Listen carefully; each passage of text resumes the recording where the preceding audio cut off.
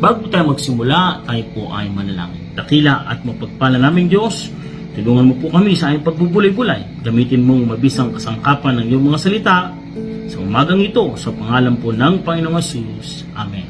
Ang ating pong pagbubulay-bulay, hanguin po natin sa aklat po ng Exodo, kabanatang 32, talata po ay 1. At nang makita ng bayan na nagluluwa si Moises ng pagpapanaog sa bundok, ay nagpipisa ng bayan kay Aaron at nagsabi sa kanya, tumindig ka at igawa mo kami ng mga Diyos na mangunguna sa amin, pagkat tungkol sa Moises na ito, na lalaking nagsampa sa amin mula sa lupain ng Ehipto, ay hindi namin maalaman kung ano ang nangyari sa kanya.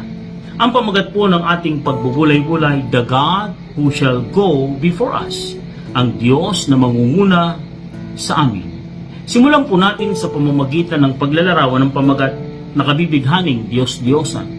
Si Herbert Schlossberg, sa kanyang aklat na pinamagatang Ang Diyos-Diyosang Sumisira, ang wika niya, karaniwan ang mga Diyos-Diyosan ay naghahati sa sekularisasyon o ibig sabihin pansanlibutang pamantayan.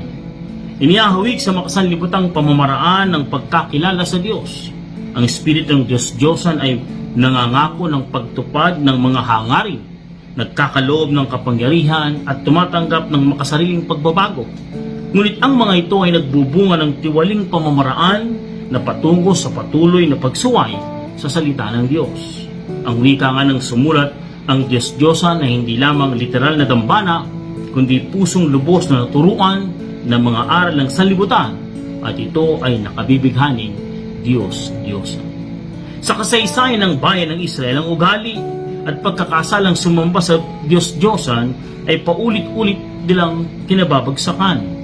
Sa kanilang lakad ay mapapansin na tuwing aahon sa dusa ay nahahantong sa paglayo sa tunay na Diyos at pagsamba sa mga inanyoang Diyos-Diyosan. At kadalasan ng mga ito ay mula sa iba't ibang mga bansa na sa kanila ay nakapaligid. Ang maayos na kalalagayan o ang mabuting mga bagay na kanilang tinatangkilik madalas ay iniugnay nila sa maling Diyos o sa Diyos-Diyosan. Tulad ng kilalanin nila na ang naghalis sa kanila mula sa Ehipto ay ang guyang ginawa ni Aaron ayon sa talatang 4 ng Exodo kabanatang 32. Ang wika at kanyang tinanggap sa kanilang kamay at niyari sa pamamagitan ng isang buril at ginawang isang guyang binubo, at kanilang sinabi, ang mga ito ang maging iyong Diyos o Israel na nagsampa sa iyo mula sa lupain ng Ehipto. The God who shall go before us, ang Diyos na mangunguna sa amin. Ang pagkakamaling ito ang isa sa unang binigyang diin ng Diyos sa pagsisimula ng kanyang pakikitungo sa Israel. Sa kabanatang ating tutunghayan ay makikita natin na sa simula ng pagkatawag upang lumisan sa Ehipto at tumungo sa lupang pangako ay agad lumitaw ang laman ng kanilang puso, at ito ay ang Diyos-Diyosan. Hindi naman natin masisi dahil sa tagal ng kanilang paglagi sa Ehipto, kung saan naglipa na ang ganitong uri ng pamumuhay.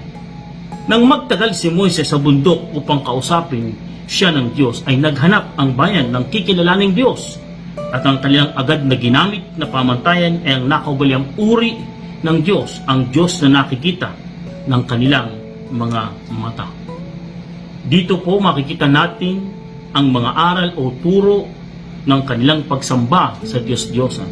Una, ang Diyos na nais silang makita ay sa pamamagitan ng larawan o inanyuan, talatang 3 hanggang 4. Ikalawa, ang Diyos-Diyos o ang Diyos-Diyosan na kanilang naisambahin ay nagdala sa kanila sa pagkasira at kasamaan, talatang 7. Ang Diyos na kanilang naisambahin sa pamamagitan ng mga bagay na nakikita ay nagpatigas ng kanilang puso, talatang 9. Ang Diyos na inanyuan na nais nilang sambahin sa pamamagitan ng mga bagay na nakikita ay bumulag sa tunay na katangian ng Diyos, talatang 11. At ito rin ang naghatid sa kanila sa maling pagtatasa sa kasalanan, talatang 21. Hindi naunawa ng isang sumasamba sa Diyos-Diyosan ang tunay na bigat at parusa ng kasalanan. Kaya nga ang sabi ng Diyos, bakit dinala ni Aaron sa ganitong uri ng mabigat na kasalanan ang bayan?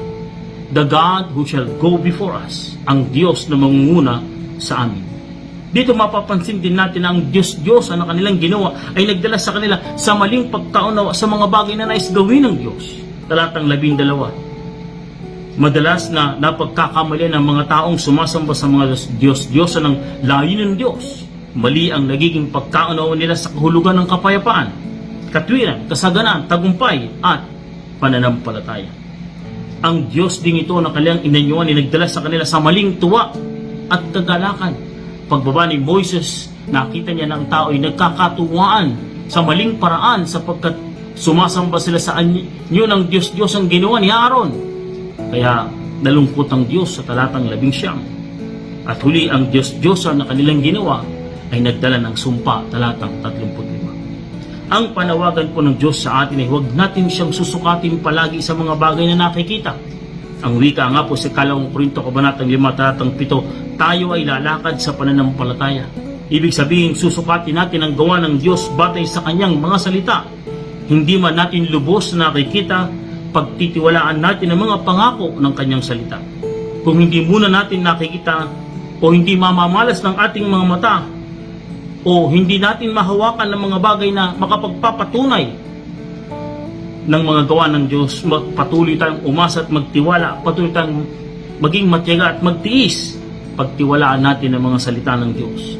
Marapat na higit nating pinagtitiwalaan ang salita ng Diyos kaysa sa mga bagay na nakikita ng ating mga mata, kaysa sa sinasabi ng kaaway na nanunukso upang tayo lumayo sa Kanya, o maging ang mga sinasabi ng tao.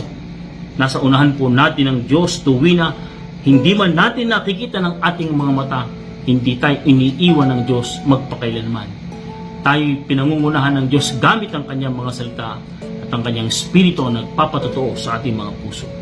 Ika nga po sa Exodo kabanatang 32 talatang 1, tumindig ka at igawa mo kami ng mga Diyos na mangunguna sa amin. Sa atin ang wika ng Diyos, tumindig tayo at magtiwala bagamat hindi natin nakikita. Tayo po ay sumampalataya sa Kanyang mga salita.